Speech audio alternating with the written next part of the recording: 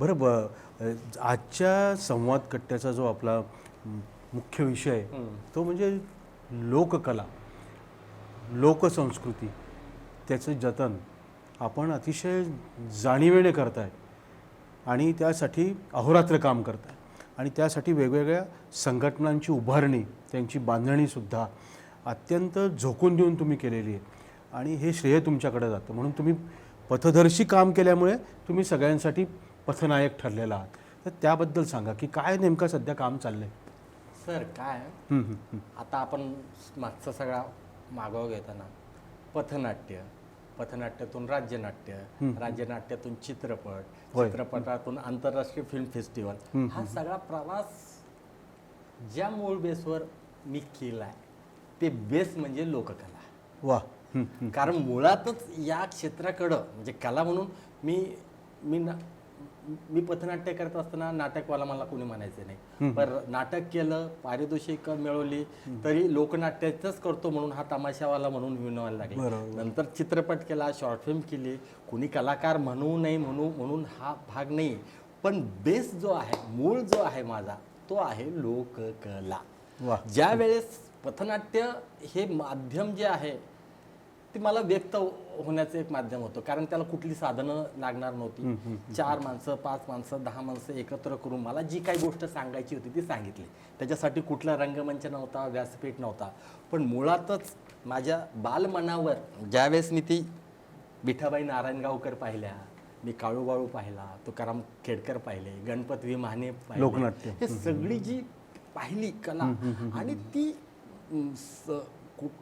त्याला काय म्हणतात मुक्तपणे एक साचेबंद म्हणता येणार नाही, पण मुक्तपणे व्यक्त होण्याची जी कला आहे ना ती लोककलेत आहे आणि तो मी कलाकार आहे. म्हणजे आज या ठिकाणी मुलाखत करताना डोक्यात कुठलाच विषय नाही, जसं आलं मन मोकळं बोललो. माझी बॉडी लँग्वेज पाहता नाही तुम्ही हे करत असाल की कुठलाही ह्या पद्धतीने जे काय आहे ते सरळ.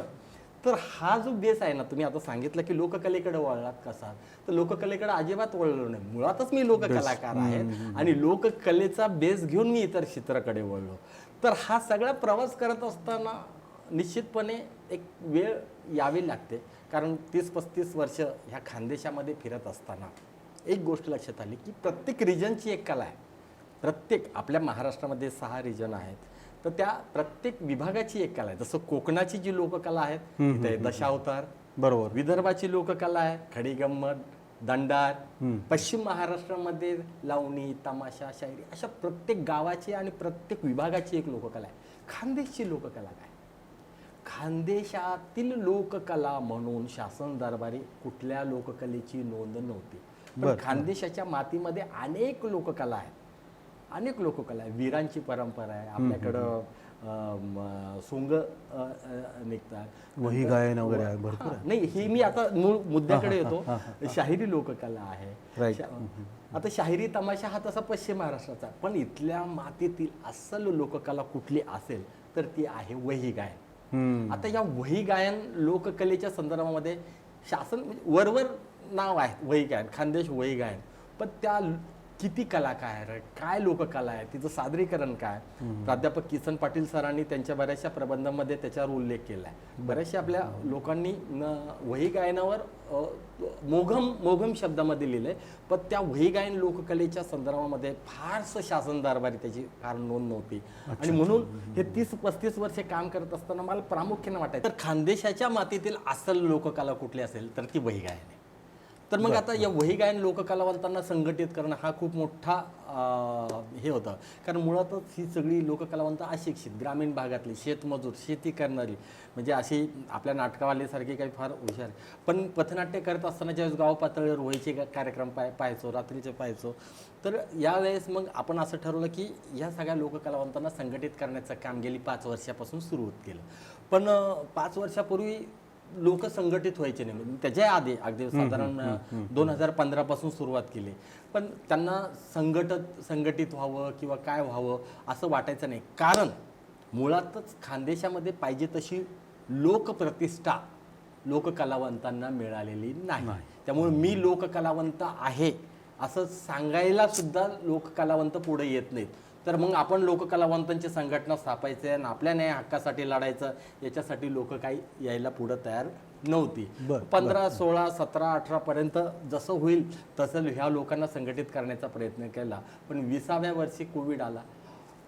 2020ला आपल्याकडं 20ला सुरुवात झाली आणि या कोविडच्या 3 वर्षाच्या कार्यकाळामध्ये खऱ्या अर्थानं या लोककलावंतांची संघटनात्मक बांधणी झाली.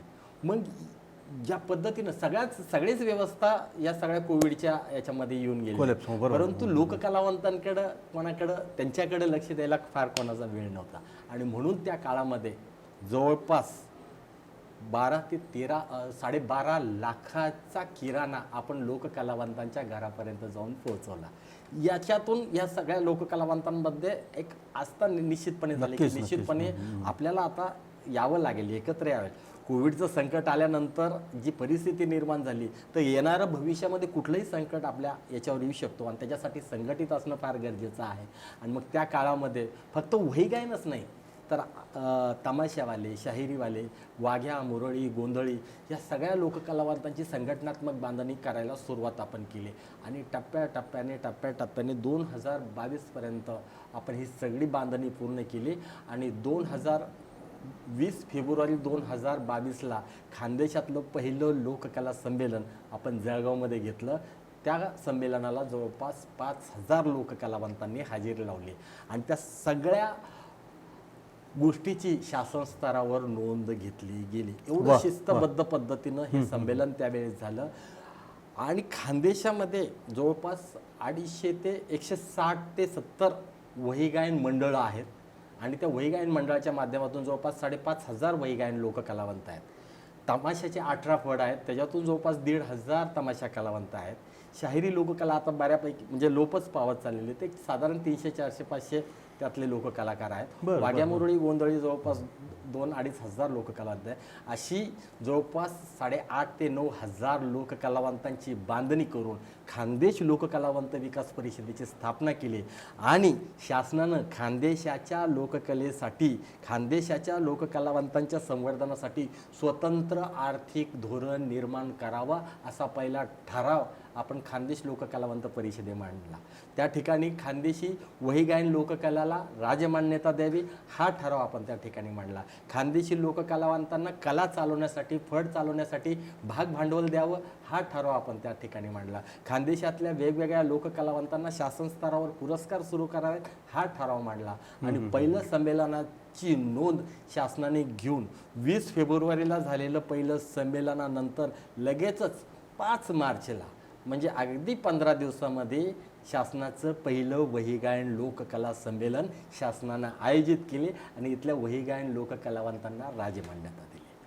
हे लोकाश्रय मिळाला, एका बाजूला राजाश्रय पण मिळाला. आणि हे एकत्रितपणे ह्या सगळ्या लोककलावंतांची मोठ बांधणं सोपं काम नाही आहे. त्यासाठी आपल्यासारखे समर्पित भावना आणि त्या कलेच्या प्रती आस्था असणारेच लोक करू शकतात. संघटन कौशल्यसुद्धा आम्ही पुस्तकी भाषेत शिकवतो, व्यवस्थापन, संघटन, पण आपण ते प्रत्यक्ष फील्डवर येऊन केलेलं आहे हे मोठ भांडणं जे आहे. आणि त्याचं यशसुद्धा नक्कीच ते अजून आता काही महत्त्वाच्या ज्या गोष्टी आहेत, भांडवल आहे किंवा इतर ज्या सगळ्या गोष्टी आहेत, स्वतंत्र सांस्कृतिक धोरण, तसं आता शासनाचं एक धोरण असतं, बरोबर, आर्थिक बजेट असतं. मग ते बजेट तिथं धोरणामध्ये तयार करतात आणि ते सगळं बजेट पश्चिम महाराष्ट्र, कोकणामध्ये खर्च करतात. म्हणजे प्रत्येक विभागाचं आणि प्रत्येक लोककलेचं एक आर्थिक बजेट धोरणच शासनाने निर्माण करावं. आता परवाच्या एक सांस्कृतिक धोरणाच्या बैठकीमध्ये सुद्धा आपण ह्या सगळ्या गोष्टी फार प्रखरतेने मांडल्यात. आणि निश्चितपणे आपण ज्या मांडलेल्या सूचना आहेत त्याचा शासन फार गांभीर्यानं, संवेदनशील मनानं विचार करते. आणि येत्या काळामध्ये खानदेशी लोककलावंतांसाठी येणाऱ्या सांस्कृतिक धोरणामध्ये खूप आशादायी चित्र असणार, खूप छान चित्र असणार आहे त्याच्यात. वा वा वा वा.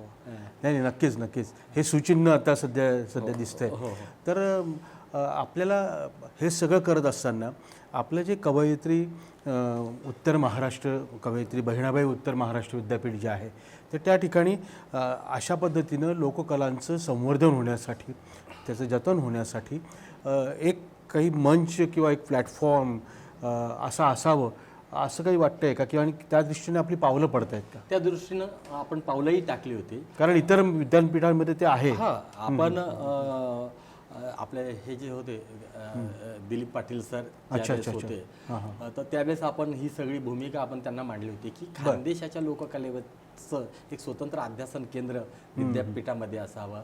जसं मुंबई विद्यापीठ, आता जालना झालं, सोलापूर झालं, या ठिकाणी लोककला विभाग आहे, त्या पद्धतीचा लोककला विभाग आपल्या उत्तर महाराष्ट्र विद्यापीठ स्तरावर सुरू करावा.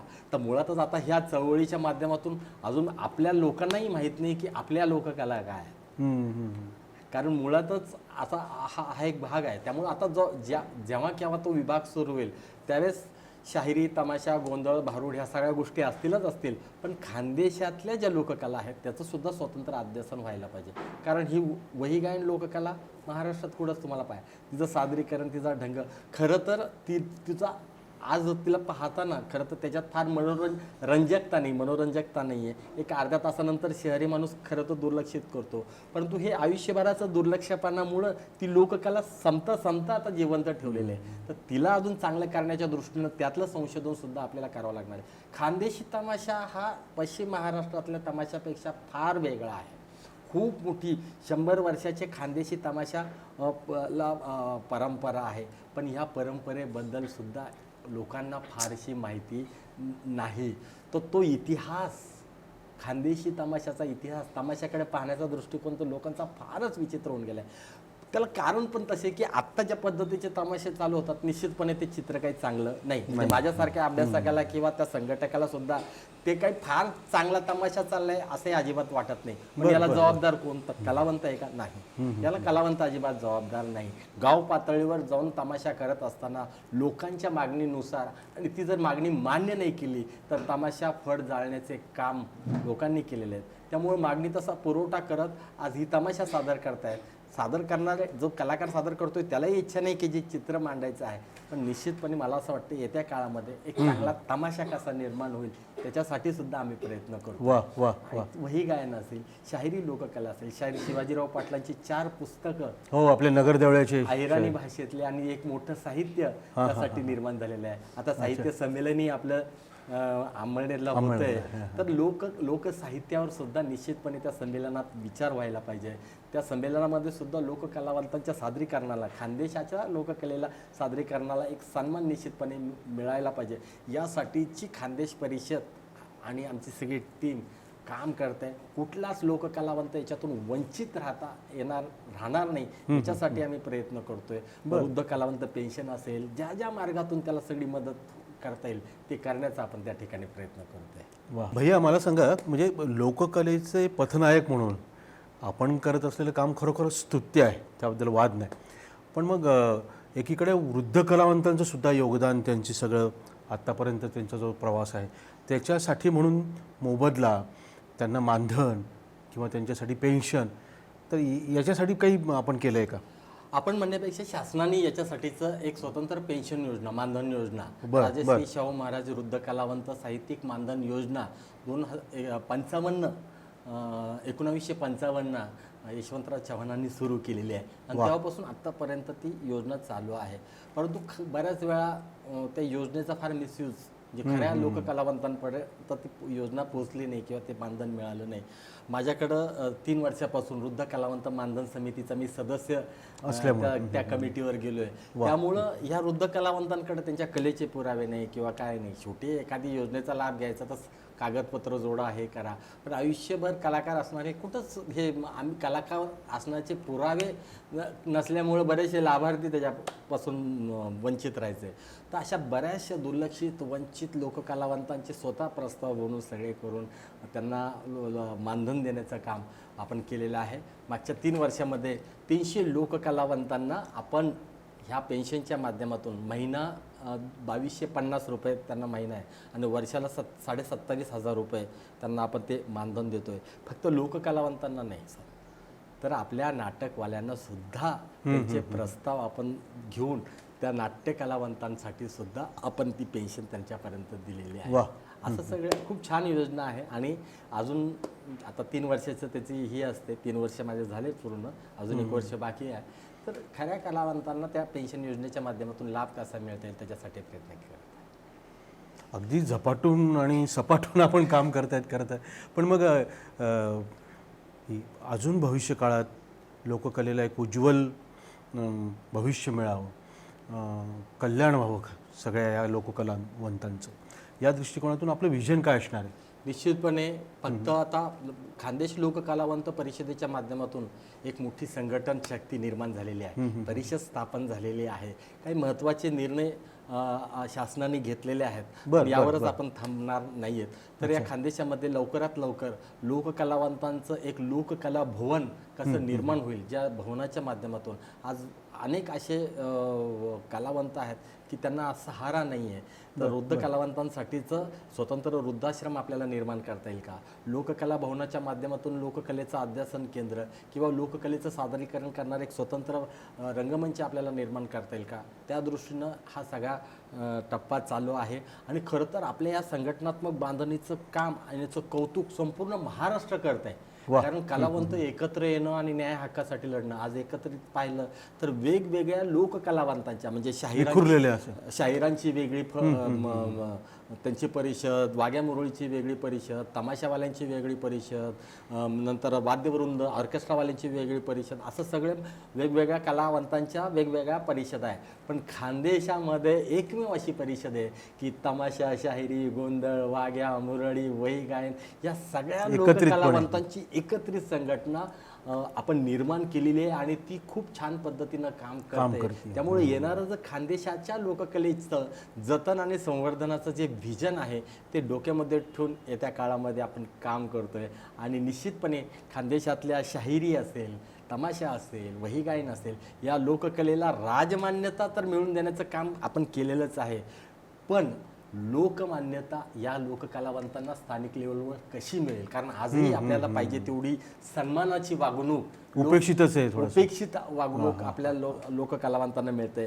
तो लोकसन्मान आपल्याला कसा या खानदेशातून मिळेल याच्यासाठी काय करावं लागणार आहे? तर आमचा तमाशा तेवढा दर्जेदार आम्हाला करावा लागणार आहे. आम्ही जी कलाकृती सादर करतो म्हणजे केवळ लोकांना दोष देऊन उपयोग नाही आहे, तर आमच्या सादरीकरणाचा दर्जासुद्धा आम्हाला सुधारावा लागणार आहे. आणि त्यासाठी आम्ही प्रयत्न करणार आहोत आणि हे व्हिजन डोळ्यासमोर ठेवून आम्ही काम करत आहोत. वा वा वा, खरंच मोठं काम आहे. बरं, मला एक सांगा की म्हणजे आमच्या या सगळ्या खानदेश प्रांतामध्ये पथनाट्यकार, एक सर्जनशील संवेदनशील लेखक, कलावंत, गीतलेखक आणि गायक म्हणून सुद्धा आपण प्रसिद्ध आहेत.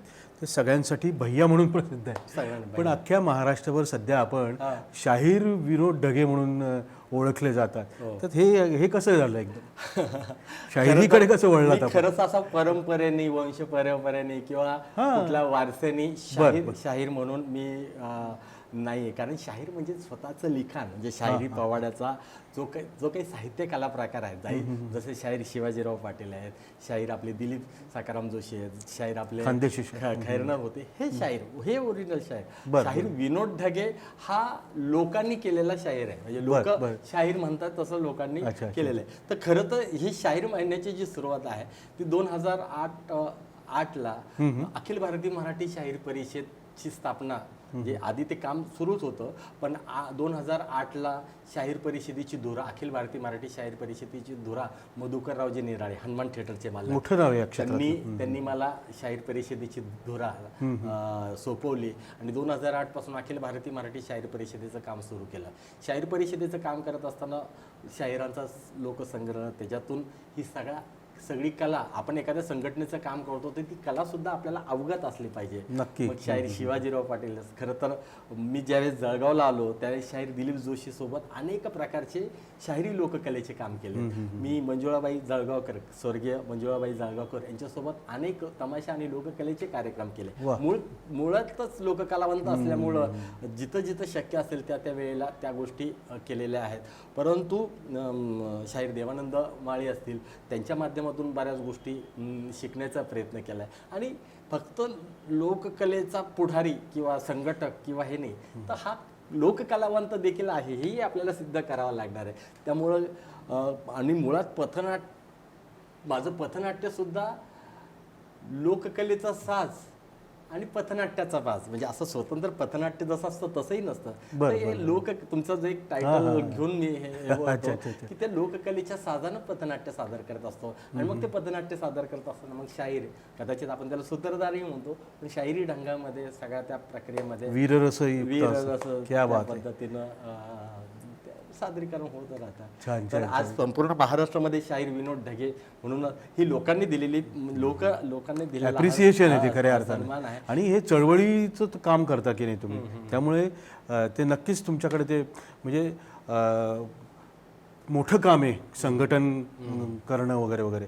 आणि तसं म्हणून त्या लोकांनी तुम्हाला शाहिरी पदवी दिलेली. तर आपल्या ह्या गप्पांची रंगतदार आणि वीररसयुक्त अशी सांगता व्हावी अशी मनोमन इच्छा आहे. छान गप्पा आहे. खरं तर वेळेची मर्यादा आहे, त्यामुळे आपल्याला ती सांगता करायला लागते. तुमच्या मनातले सगळे संकल्प त्याला मूर्त स्वरूप येवो अशी आमची मल्हार कम्युनिकेशन टीमची मनस्वी इच्छा आहे. त्यासाठी तुम्हाला अगदी अंतःकरणपूर्वक शुभेच्छा पण आहे. तर वीररसयुक्त अशा पोवाड्यानं त्याची एक झलक आपण आमच्या या रसिक प्रेक्षकांसाठी सादर करावी अशी आपल्याला विनंती आहे. एक शाहीर देवानंद माळी यांचं खूप सुंदर असं गीत आपल्या समोर सादर करतो. महाराष्ट्राचा मराठी बाणा शाहीर डपाज कडाडला,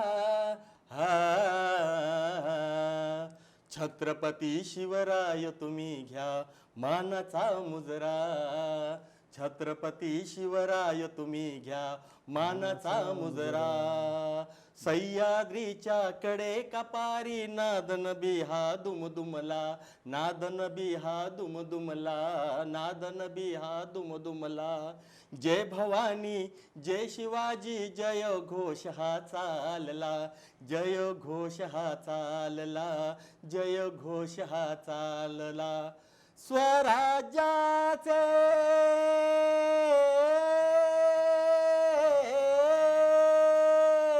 स्वराज्याचे बांधून तोरण, स्वराज्याचे बांधून तोरण, स्वराज्याचे बांधून तोरण, भगवा ध्वज आज फडाडला,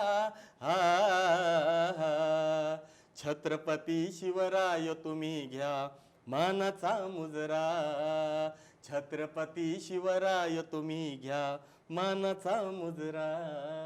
वा वा वा वा, क्या बात आहे. म्हणजे खऱ्या अर्थानं एका शाहिराला आणि कलावंताला आम्ही सगळेच भेटलेलो आहोत. पुन्हा तुम्हाला आमच्या सगळ्या टीमच्या वतीनं मनापासून शुभेच्छा आहे. धन्यवाद.